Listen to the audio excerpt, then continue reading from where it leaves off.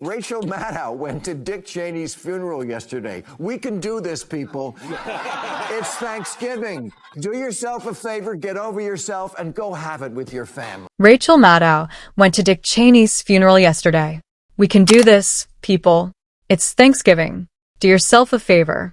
Get over yourself and go have it with your family. If there's one thing we shouldn't have to say out loud in America, it's this. Thanksgiving should not be controversial. And yet, here we are. Somehow, a holiday built around food, family, and falling asleep on the couch has turned into yet another political battlefield. You almost have to laugh at how ridiculous it's gotten. But before we get too deep into the chaos, do me a quick favor. Go ahead and tap that like button and make sure you're subscribed so you don't miss future videos where we break down the madness with a little humor and a lot of honesty. Now, let's get into it because wow, there's a lot to unpack here. So, Bill Maher kicked things off with that classic Maher blend of sarcasm and common sense when he said he couldn't believe even Thanksgiving has become a political issue. And honestly, same. When did stuffing, turkey, and sweet potato casserole become partisan problems? Who looked at mashed potatoes and thought, this is somehow oppressive. Happy Thanksgiving. I can't believe that even that now is a political issue. It is a real shame what's happened to this holiday, which used to be all about the good F's, food, friends, family, football, fun. And now it's fuck you. You're not even invited because you voted for the wrong person. I'm so tired of liberals ghosting half this country. Conservatives do it too, but not nearly as much. Look, whoever's doing it, it's got to stop because we're at a point now where politics has broken up more families than letting your wife. But according to Ma, and let's be real, he's not wrong. The far left has been on a kind of holiday-destroying tour lately. First Halloween was problematic, then Father's Day became a symbol of patriarchy, and now Thanksgiving is basically cancelled unless everyone at the table votes the same way. Imagine being so ideological that you need a political background check before you pass the cranberry sauce. Ma points out something deeper though. This idea that we've reached a point where people are literally cutting off family. Not because of, personal betrayal or some huge falling out, but because someone voted red instead of blue, or vice versa. How wild is that? We now live in a culture where politics has broken up more families than letting your spouse scroll through your phone. And honestly, he's not wrong. Happy Thanksgiving. I can't believe that even that now is a political issue. It is a real shame what's happened to this holiday, which used to be all about the good FS. Snorts, food, friends, music, family, football, fun, and now it's __. You're not even invited because you voted for the wrong person. I'm so tired of liberals ghosting half this country. Conservatives, music do it too, but not nearly as much. Look, whoever's doing it, it's got to stop because we're at a point now where music, politics has broken up more families than letting your wife see your phone. This go no contact wave Maher talked about. It's not just random internet drama. It's becoming an identity. There are people out here proudly announcing almost like it's a badge of honor that they won't sit with their own parents because of who they voted for. When did we turn into ideological Scientologists? Disconnection used to be a fringe concept. Now, it's a personality trait. Even David Litt, who literally worked as a speechwriter for Obama, publicly said he used to snub his conservative relatives and realized, yeah, that was a mistake. He admitted it. And you'd think people would be like, hey, good for you, personal growth. But nope. The woke wing basically tried to banish him for daring to suggest maybe, just maybe, we shouldn't cut off half the country over political disagreements because heaven forbid someone take a moment to reflect and try being a normal human again. Now, on the liberal side, there's two camps now. The we need to keep talking to people wing and the go no contact wing. That's what they call it now. Go no contact. This belief that Trump voters, even if it's your own parents, are too deplorable for human contact and must be cut off. Like Scientologists do to suppressive people. Snorts and clears throat. Laughter. A former speechwriter for Obama named David Litt wrote an op-ed this year called "Is It Time to Stop Snubbing Your White Right-Wing Family?" where he admitted he'd had a change of heart, and that was the wrong approach. So, of course, then the woke wing tried to banish him for breaking ranks on their policy of hating people who don't agree with you on everything, because what fun is life if you're not cutting somebody off?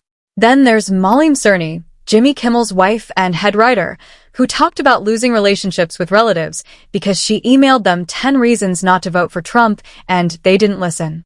10 whole reasons.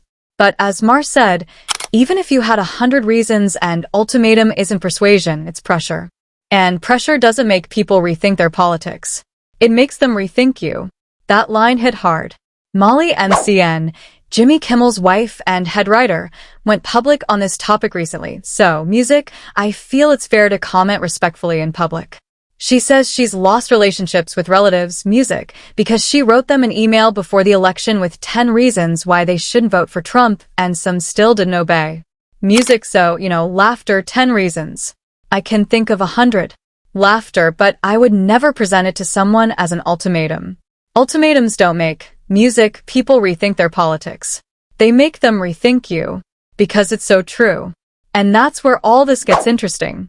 The far left is painting Thanksgiving as this unbearable moral test. Like sitting next to your uncle who watches Fox News is the same as dining with a war criminal. News flash. It's not that deep. Disagreeing with someone at the dinner table isn't oppression. It's music called family. If anything, refusing to show up because someone supports the wrong candidate reveals more about your character than theirs. Thanksgiving is supposed to be a day to pause, to breathe, to appreciate the good things, however small. But some people are so consumed by political resentment that they can't even pretend to be grateful for a single day. They've turned bitterness into a lifestyle. Music, Maher joked that some liberals treat their values as code for I'm the only one with a moral compass. And it's true. But here's the kicker. Maher himself votes Democrat. He's not coming from the right. He's coming from the place where common sense used to be. His whole point is simple. If 77 million Americans didn't trust your side to take power, maybe ask why. Instead of pretending you're the only person who ever cared about the country. Somewhere along the way, my values became code for I'm the only one with a moral compass. You know what would have been a better exercise? Write a top 10 list to yourself, or you try to imagine music, 10 reasons why 77 million Americans didn't want to trust you with taking power. And I say that as someone who votes Democratic, as I like to remind my very pure friends, we voted for the same person. You're just why she lost. But instead, the left doubled down. They turned Trump into a cartoon villain, the boogeyman under the bed of American politics. And instead of dealing with political disappointment like adults, debating, organizing, persuading, they just melt down. Every day is a new emotional emergency. They attack him nonstop, exaggerate every flaw, and paint him as the root of literally everything wrong with society. And the wildest part, a lot of them don't even understand what he actually did or didn't do. Their anger is more about vibes than facts. And when you let vibes guide politics, everything becomes a crisis, including Thanksgiving dinner. Do you really not get it at this point? Everything with him is done through personal relationships. He's a people guy. Trust me, he's not at home at night poring over the briefing books. Laughter, this is government by people, is saying, if anything, we need more people like me having dinner with him.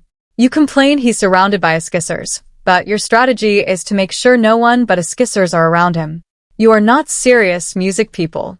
Look, disagreement doesn't ruin a family gathering, but refusing to show up, that does.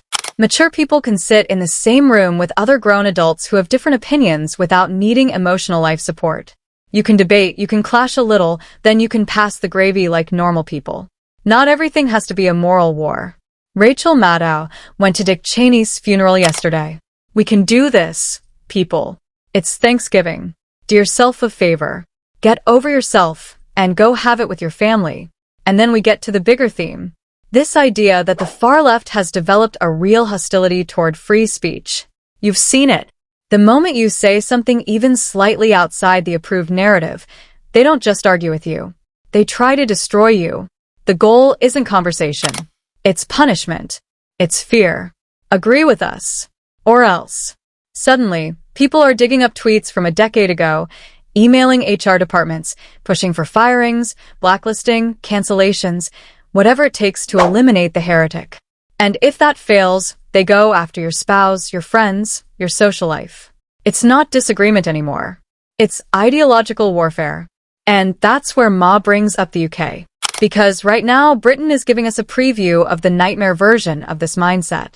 People literally being arrested over tweets. Graham Linehan, famous writer, tons of awards, gets detained by police, not for violence, not for a threat, not for harming anyone, but for having the wrong online opinions about gender. That's the road the ultra-ideological left leads to. America, thankfully, isn't there. But you see the seeds. But it also can't become what the UK is now, a place where you get arrested for tweets. Something that happens 12,000 times a year now in Britain.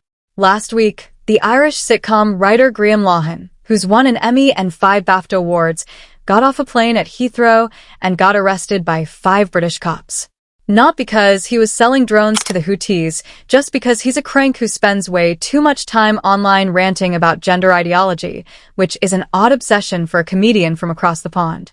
Because if men weren't allowed to dress as women, British comedy wouldn't exist. Ma basically says, listen, you can't defend silencing people. Even Lisa Cook, the Fed board member, tried to get a professor fired over not being enthusiastic enough about MLK Day. Not insulting, not hateful, just insufficiently enthusiastic. That's where we are. It's not enough to agree. You have to agree correctly, loudly, with passion and approved phrasing. If that's not ideological control, what is? Don't be a hypocrite and defend attacks on speech from the left because you either get the concept or you don't. And sadly, a lot of people don't anymore. Yes, mostly the young who were never taught it by their derelict educational system. But also Lisa Cook, she's the Fed board member Trump is trying to fire for __ reasons and they're __ but when she tried to get another professor fired because he once, according to one student, was less than rapturous about Martin Luther King Day, no, she should know better. Music, she said, free speech should have its limits. Yes, it should and does. And this music comes nowhere close to them. And then Ma quotes Ricky Gervais, who said it best. If you don't believe in someone's right to say things you personally find offensive, then you don't actually believe in free speech. Free speech that only protects what you like isn't free speech. It's censorship dressed up as virtue. Freedom sometimes means hearing things that annoy you. It means people saying things that make you roll your eyes. It includes everything from J.K. Rowling's carefully worded essays to Dave Chappelle's jokes to Graham Linehan's cranky Twitter rants. You don't have to like any of it, but you can't demand people be fired, isolated, silenced,